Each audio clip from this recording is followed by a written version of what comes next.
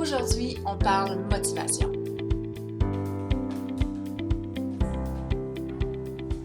Allô tout le monde! Aujourd'hui, je voulais parler de motivation en entraînement.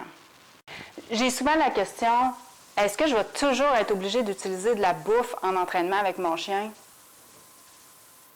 Bien, j'ai une bonne et une mauvaise nouvelle. Non, vous ne serez pas obligé de toujours utiliser de la bouffe, mais oui, il va toujours falloir récompenser. Les chiens ne vont pas produire des comportements pour rien ou pour nous plaire. Ça, on l'entend souvent. En fait, on sait que nos chiens aiment s'entraîner, puis nous aiment, puis aiment l'interaction avec nous. Ça, il n'y a aucun doute. Avec la science qu'on a actuellement, on ne peut pas dire que le chien a le niveau de cognition pour produire des comportements altruistes, c'est-à-dire pour faire plaisir à autrui. Mais des renforçateurs, savez-vous qu'il y en a partout autour de vous? On ne parle pas juste de la nourriture ou des récompenses alimentaires. On parle aussi de jouets, des balles, des togs. On parle aussi d'avoir des accès. Pouvez-vous me nommer des accès? Est-ce que votre chien aime ça prendre des balades en voiture? Ouvrir la porte de la voiture, ça serait un accès. Aller à l'extérieur, ouvrir la porte du parc, ça serait un accès. En marche, est-ce qu'il a le droit de rencontrer des personnes familières ou non familières? S'approcher de ces personnes-là serait avoir accès. Accès à monter sur le divan ou dans le lit, votre attention, des caresses, des bonbons, il y en a partout autour de nous. Je voulais aussi vous parler d'un concept en entraînement qui s'appelle la saturation ou la privation. Ça, ces mots-là, c'est nos amis. Des techniques qui vont jouer en notre faveur pour augmenter ou diminuer la valeur de nos renforçateurs, nos bonbons. On va prendre un exemple humain. Disons que vous aimez la pizza, un bon verre d'eau frais et, mettons, aller sur les réseaux sociaux. Si, par exemple, vous revenez du restaurant, puis il est 9 heures, puis vous avez le ventre plein, puis que je vous offre un morceau de pizza, ça ne vous tentera pas vraiment de manger de la pizza, on s'entend? Si vous avez couru 2 km dans une journée chaude pendant l'été, puis que vous avez eu vraiment chaud, puis que je vous offre en plus cette grignote salée, d'après moi, le verre d'eau va vous tenter. Là. Ça va vous tenter vraiment d'avoir un verre d'eau frais. Si, par exemple, vous avez fait une grosse journée au travail, et en télétravail chez vous seul, et que là, vous avez besoin d'un peu d'interaction sociale, puis que là, c'est le moment de relaxer, puis tous les besoins de vos animaux sont comblés, et là, vous êtes dans le divan, et vous prenez votre téléphone, puis vous avez le goût d'aller sur les réseaux sociaux. Si ça fait 3 heures que vous êtes en train de regarder Facebook, vous avez tout vu ce que vos amis avaient à vous dire, bien, probablement qu'à ce moment-là, les réseaux sociaux seront moins attirants pour vous. Si on a bien compris, l'exemple de la pizza, c'était un exemple de saturation. L'exemple du verre d'eau, c'était un exemple de privation. Puis l'exemple des réseaux sociaux était un exemple de saturation. Plus on a de quelque chose, plus il perd de sa valeur. Plus le bonbon est rare ou que notre corps en a besoin, plus il va prendre de la valeur. Donc, où je veux en venir avec ça? Mais c'est que si votre chien a faim, de l'entraîner avant le repas du soir va aider à ce que vos récompenses alimentaires aient plus de valeur. Et si votre chien adore jouer et que vous désirez l'entraîner à un moment où il y a beaucoup d'énergie puis il n'a pas encore joué, bien, probablement que vos renforçateurs en termes de jouets vont avoir beaucoup de valeur. À l'opposé, si votre chien vient de souper ou de déjeuner puis il a le ventre bien plein, peut-être que vos récompenses alimentaires vont avoir moins de valeur.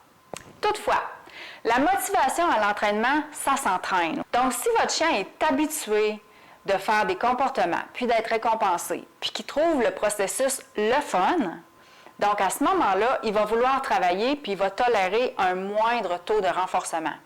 Parce que l'activité en soi est renforçante. Mais ça se bâtit avec le temps, puis avec beaucoup de pratique. Je voulais aussi introduire le concept de race. On sait qu'il y a des chiens qui adorent travailler. Pour eux, faire un assis ou un couché, ce n'est pas quelque chose qui demande beaucoup d'énergie. Par contre, d'autres sortes de chiens, d'autres races ou d'autres types de chiens vont avoir besoin de beaucoup plus d'énergie pour produire des comportements. Courir après un disque pour un Border Collie ou courir après un disque pour un chien comme ma chienne, un Canet Corso, qui est un molosse. Pour le Border Collie, oui, je te fais ça, madame. Pour un chien de type molosse, Oui, il va le faire, mais il va prendre plus de motivation. Le même exemple pourrait s'appliquer, mettons, pour un assis ou un couché. Un chien de petite race qui n'est pas en surpoids, qui est bien motivé, qui adore les renforçateurs qu'on lui offre, faire un assis, un couché, ne demandera pas beaucoup d'énergie pour ce chien-là, puis s'il y a une belle motivation, ça va se faire facilement. Par contre, si on prend un chien de grande taille comme un grand danois ou un mastif anglais, bien, faire un assis ou un couché, ça va être de un plus long, ça va être plus difficile physiquement pour lui, puis souvent, ça va prendre beaucoup de motivation aussi pour le faire. Donc, c'est l'importance d'avoir le bon renforçateur pour votre chien, ce que votre chien adore, ce qui va faire en sorte qu'il va produire des comportements pour obtenir cette récompense. Pour en revenir au fait de savoir si on va utiliser toujours des bonbons tout au long de notre vie avec notre chien, bien, j'aimerais vous poser la question. Est-ce que vous iriez au travail pour votre boss sans recevoir de paye? Combien de temps vous toléreriez de travailler pour votre boss sans paye? Il y en a que ça ne serait pas une seule heure. Il y en a qui diraient, bien, si c'est pour sauver ma job puis que la compagnie va passer au travers, bien, je pourrais peut-être faire, je ne sais pas, une journée, peut-être une semaine. Mais après ça, j'ai besoin de payer mon lait, là. Fait que ça va me prendre une paye éventuellement. Donc, c'est un peu la même chose avec nos chiens. Votre chien va peut-être pouvoir faire certains comportements sans aucun renforcement, mais éventuellement, ça va en prendre. Pour garder sa motivation, c'est comme un peu si vous aviez une tirelire, un cochon, puis que vous mettiez des sous dedans. On demande des comportements à notre chien, on le récompense, fait qu'on met de l'argent dans le cochon. Puis là, si on a un beau compte de banque dans le cochon, bien, ça peut arriver des fois qu'on lui demande un comportement sans le récompenser, ça fait un retrait, mais votre chien va quand même tolérer parce qu'il est habitué d'être bien payé. Mais si notre cochon est pauvre, puis qu'on n'a pas travaillé avec beaucoup de renforcement, bien à ce moment-là, si on en demande trop à notre chien, puis qu'on fait beaucoup de retraits, puis qu'on ne le paye pas pour faire des comportements, bien à ce moment-là, on affaiblit nos comportements parce que notre compte de banque n'est pas fort. C'est la raison pour laquelle, par exemple, des comportements super importants comme le rappel, on recommande de toujours payer ça. Toujours à vie. Donc, quand vous entraînez des tricks avec votre chien, ce que je vous recommande, c'est vraiment d'identifier, premièrement, c'est quoi le bon renforçateur de votre chien. Est-ce que c'est vraiment des caresses ou est-ce que c'est plus des récompenses alimentaires ou encore des jouets? Ensuite, c'est d'adapter le niveau de difficulté pour faire en sorte que votre chien puisse gagner, puisse avoir du succès, puisse être récompensé. Parce qu'à chaque fois qu'il réussit et qu'il est récompensé, c'est là qu'il apprend. Si vous voyez que votre chien est confus, qu'il hésite ou qu'il ne produit plus de comportement, c'est parce que c'est trop difficile puis il ne gagne pas assez souvent. J'espère que cette capsule a été utile pour vous faire comprendre comment bien motiver votre chien. Sur ce, bon entraînement!